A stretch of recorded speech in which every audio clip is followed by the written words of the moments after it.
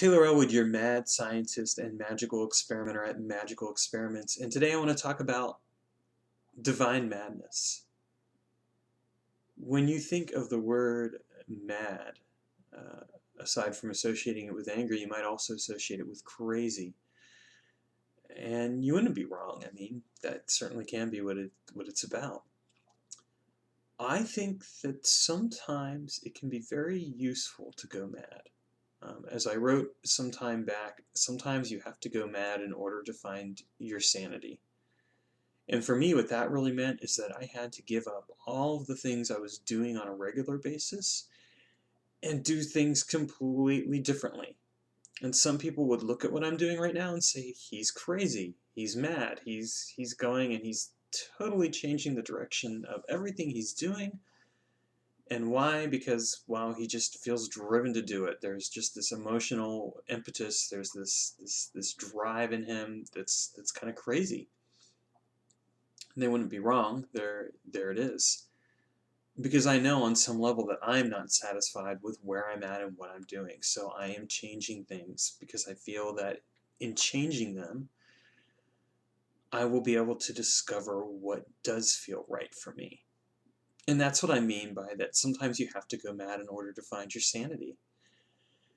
Sometimes you just have to say fuck it to everything that you're doing that isn't working and just try some new things out. And maybe even say fuck it to the things that are working because you know what? There's just something about them that's wrong.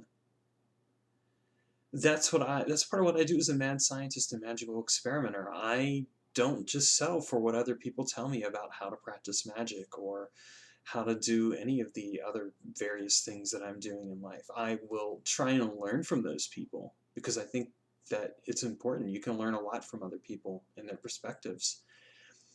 But I don't take any of those people as my ultimate authority. What I take as my ultimate authority is what is essentially right for me, what feels like it's most in touch with who I am and where I am and what my journey is. And what also helps me get in touch with the people that are drawn to me, because you know what? Those people are probably in a similar place. Let me give you an example. Years and years ago, when I was in my late teens, early 20s, I found out that, I was diagnosed as bipolar 2, manic depressive, right? Oh no, heavens forbid. Well, what I ended up realizing is that I didn't want to go down the path that so many other people had gone. I didn't want to take the anti-anxiety meds or the antidepressant meds. I wanted to find some other way to handle it. And so what I did is I started exploring some different techniques, some meditation techniques. I ended up reading Barbara Ann Brennan's Hands of Light. I read John Lilly's Program in the Human Biocomputer. And it was interesting because those two books actually really, you could combine those practices and do some interesting things. And one of the interesting things that I did is I traveled into my body and I went up to my brain and I basically went and fixed my neurochemistry.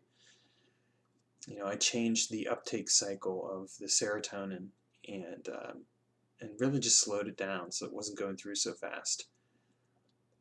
But then later on, I was struck by this inspiration to actually work with serotonin and work with the various other neurotransmitters as spiritual entities. Now, who does that? Most people don't. Most people don't treat the neurotransmitters in their body as spiritual entities. In fact, the only people that I know of who do that are people who learned about it from reading my book, Inner Alchemy, or who ended up um, working with me directly. And yet what I found and what those people found is that it really does seem to work really well, that they're communicating with their body. And so that was a form of divine madness because nobody thought to ever do that, and yet here I was inspired by this idea of really I want to make sure that I can handle my depression in a different way. And so I was inspired by the idea of I'm going to work with my body in a very conscious way, and I'm going to treat my body as a magical universe and work with what's in my body, with the various microbiota, with the neurotransmitters. I'm going to treat that as a way to work with myself. And so I went divinely mad and got inspired by that idea.